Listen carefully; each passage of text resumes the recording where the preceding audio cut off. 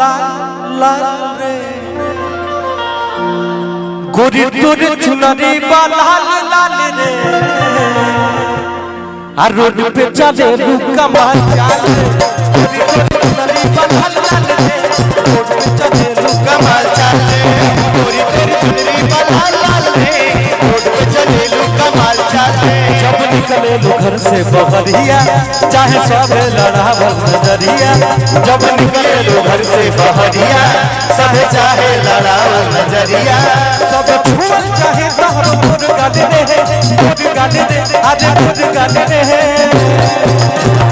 अरे जिया हो। यहाँ पे हमारे बड़े भैया मुन्ना मोहित जी हैं।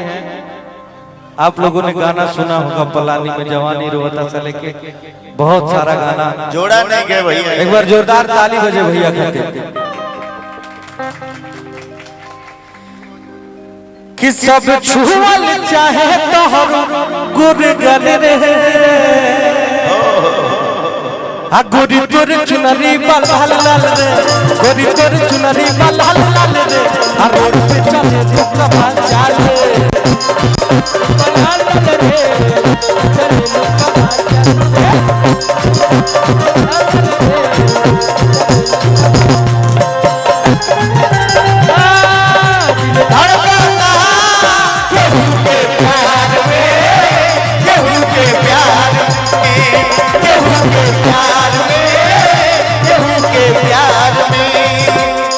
मन मस्त भइल बा मस्ती में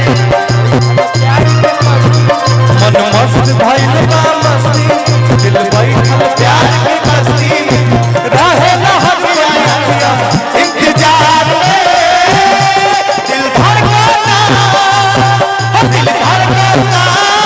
केहू के प्यार में केहू के प्यार में केहू के प्यार में चले लोग कमाल चाले चुनरी वाला रे रोड पे चले लोग कमाल चाले। अच्छा सुनो अरे वाह दूल्हे सरकार आइए आइए आइए भैया आइए अभय भैया कि मऊ कलेजवा में हेलो अवय सर जी हम सभी के बीच में उपस्थित हैं, कल्लू जी भी उपस्थित है, डिम्पल जी भी। लेकिन क्या कहना है, क्या कहना देखिए अखिलेश भैया भी उपस्थित है। अरे बाप रे बाप सारे लोग उपस्थित हैं और पंकज भाई भी उपस्थित हैं, सभी लोग आशु बाबा भी उपस्थित हैं। आशु बाबा आप सामने आइए।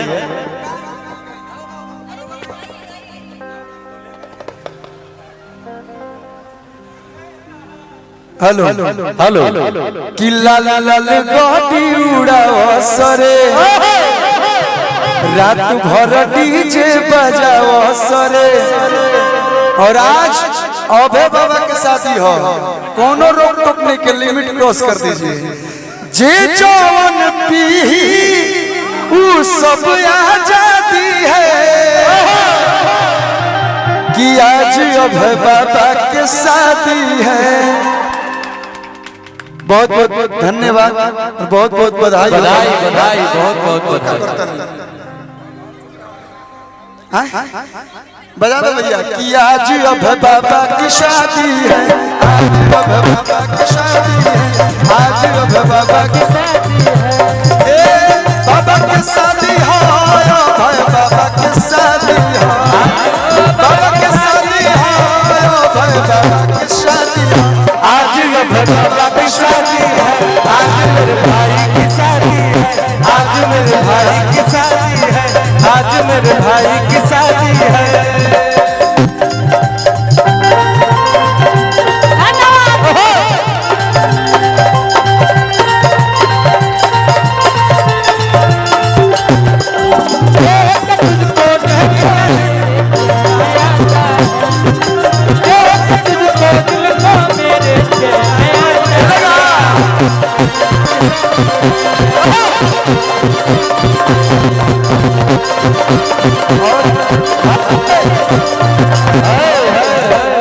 भैया भैया पहली बार ऐसा माहौल बनल बा भैया भैया जाए नहीं आई तो कोई दिक्कत नहीं है। हर प्रोग्राम में सिंगर लोग के महोत्सव होला, लेकिन ये पहला शादी है जहाँ सिंगर से लेके डायरेक्टर से लेके एक्ट्रेस से लेके सब लोग के सम्मेलन भइल बा। तो अभय बाबा ने इतिहास रच दिया। एक बार जोरदार ताली हमारे अभय बाबा के लिए बजा दीजिए। और जितना लोग आई बा सब लोग के सब हर प्रणाम बा, नाम लेवे लगत तो घोर हो जाए। बाबे के करावल एगो गीत वायरल भोजपुरी से आयल, आशीर्वाद मिल रहा है। हितेश भाई भी आए हैं। पंकज सिंह जी का बहुत बहुत धन्यवाद कि अपने अकाउंट से कुछ दिए हम लोग को ब्लैक मनी। कि हमार मिक्सी तहार मिक्सी दोनों के मिक्सी बा काला काला, हमार पीसे नरम मसाला तोहार पीसे गरम मसाला। एक से बढ़ के एक गीत अभय बाबा के सानिध्य में बहुत सारा कलाकार लोग के एल्बम भइल बा। और बाबा ने छोटा हो या बड़ा सबका सपोर्ट किया है। शादी के दिन लोग गिफ्ट देते हैं, हम लोग आपसे यही आशीर्वाद मांगेंगे कि आजीवन आप लोग का साथ दीजिए, हम लोग आपके साथ आजीवन खड़े रहेंगे। नमः पार्वती पते हरा हरा महादेव। बड़का भैया, बड़का भैया हितेश।